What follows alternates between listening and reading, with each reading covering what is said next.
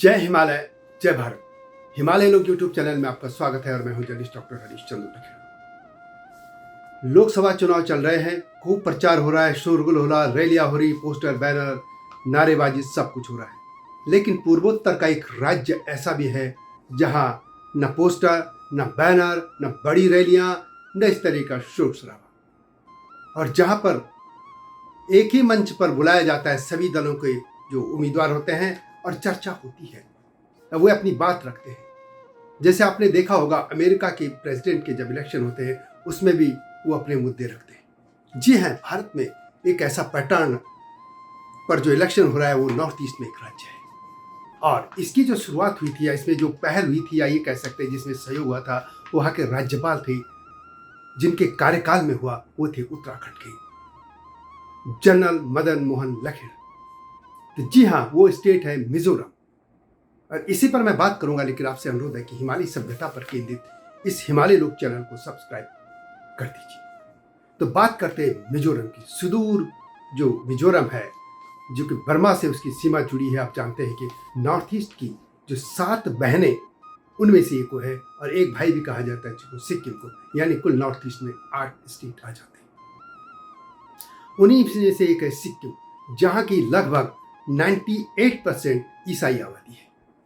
उसी स्टेट पे यदि आप जाएंगे तो चुनाव तो हो रहे हैं, लेकिन ना वहां पे आपको बैनर मिलेंगे, ना पोस्टर मिलेंगे, ना शोर शराबा मिलेगा, ना बहुत बड़ी रैलियां मिलेगी। यानी जो पैसा चाहिए चुनाव लड़ने के लिए वो उस वहाँ जरूरत नहीं है, क्योंकि आमतौर पर जो भारत के अन्य हिस्से हैं उनमें कम से कम करोड़ों रुपया, इनको 1 करोड़ से लेकर 10-10 करोड़ तक रुपए चाहिए चुनाव लड़ने के लिए। लेकिन मिजोरम में गरीब आदमी भी चुनाव लड़ सकता है।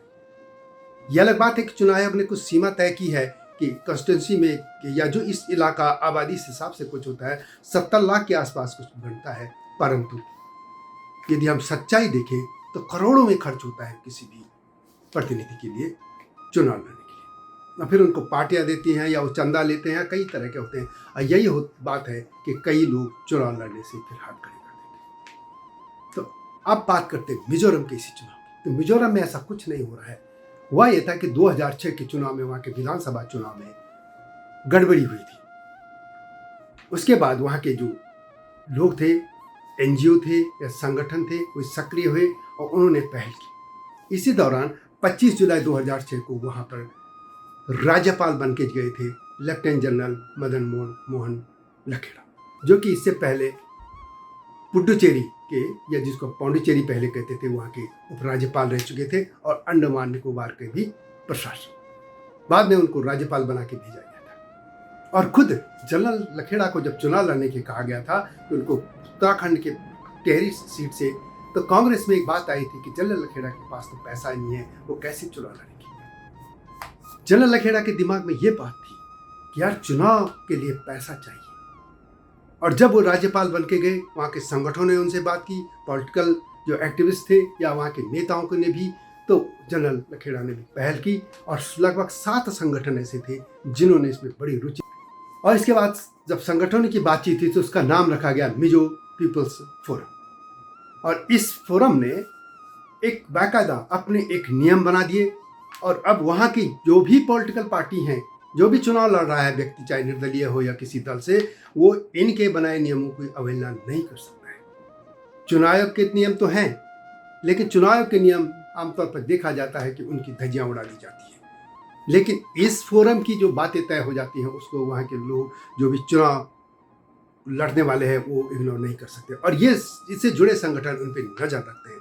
और इसके बाद फिर जब प्रचार करते हैं तो इनको फिर एक मंच पे बुलाया जाता है, और उसमें प्रत्येक जो उम्मीदवार है उसको 20-20 मिनट का समय दिया जाता है बोलने का, और वो अपनी बात रखते हैं कि वो क्या करेंगे।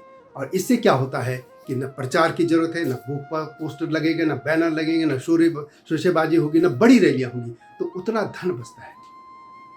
हालांकि इसका मैं थोड़ा दूसरे तरीके से लेता हूँ कि यदि धन खर्च होता है तो फ्लोटिंग में पैसा आता है और उससे इकोनॉमिक ग्रोथ ही होती है, लेकिन गलत तरीके से तो गलत है। यदि आप उम्मीदवारों को पैसा देते हैं या दूसरे तरीके से अपनाते हैं हथकंडे, तो वो तो गलत है। और इसमें क्या है, मिजोरम में इन चीज़ों की जरूरत ही नहीं पड़ती, यानी गरीब से गरीब व्यक्ति भी चुनाव लड़ सकता है। इस बार आपको याद होगा कि वित्त मंत्री निर्मला सीतारमण को भी चुनाव लड़ने के कहा गया था, लेकिन उन्होंने हाथ खड़ी कर दिया कि उनके पास पैसा नहीं।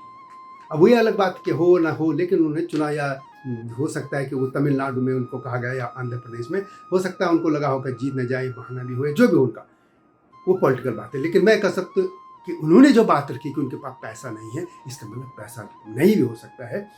तो पैसा किस चीज़ चाहिए, मैं नहीं, चुनाव लड़ने के लिए आज करोड़ों रुपया चाहिए। और मिजोरम इसमें एक भारत के लिए एक उदाहरण पेश करता है। भारत के राष्ट्र जो भारत है, जो शेष राज्य हैं मिजोरम के अलावा, उनको भी मिजोरम से कुछ सीखना चाहिए। जो करोड़ों लाखों रुपया करते हैं खर्च, जो अपने कार्यकर्ताओं करते हैं, उनको भी सबक लेना चाहिए। तो यह थी एक सुदूर हिमालयी राज्य मिजोरम की गाथा, जिसने चुनाव लड़ने के लिए भारत के सामने, पूरे भारत के सामने एक उदाहरण पेश किया है, एक मिसाल पेश की है। और सभी पॉलिटिकल पार्टियों को, या सभी राज्यों को, या सभी जो सोशल एक्टिविस्ट हैं, जो भी एक्टिविस्ट इस तरीके, उनको मिजोरम से सबक लेना चाहिए और पूरे देश में इस प्रणाली को पर अमल करने की कोशिश करनी चाहिए। और 2008-9 के आसपास मैं भी मिजोरम गया था, तब जनरल लखेड़ा राज्यपाल थे। अब मुझे याद है कि जनरल साहब ने मुझे बताया था कि यहाँ पे ऐसा कुछ होने जा रहा है कि लोग चाहते हैं कि एक मंच पे बैठे और एक मंच पे बातचीत हो। और उसके बाद धीरे धीरे जब होने लग गया था, तब भी उन्होंने मुझे बताया था, और उसके बाद फिर मैंने एक खबर की थी जिस अखबार में मैं था। और ये बात लगातार फिर देश भर में चलती रही। और ये बड़ी बात है इसमें राज्यपाल भी थे, वहाँ के पॉलिटिकल पार्टियाँ भी थी, चाहे मुख्यमंत्री हों या विपक्ष के नेता हों।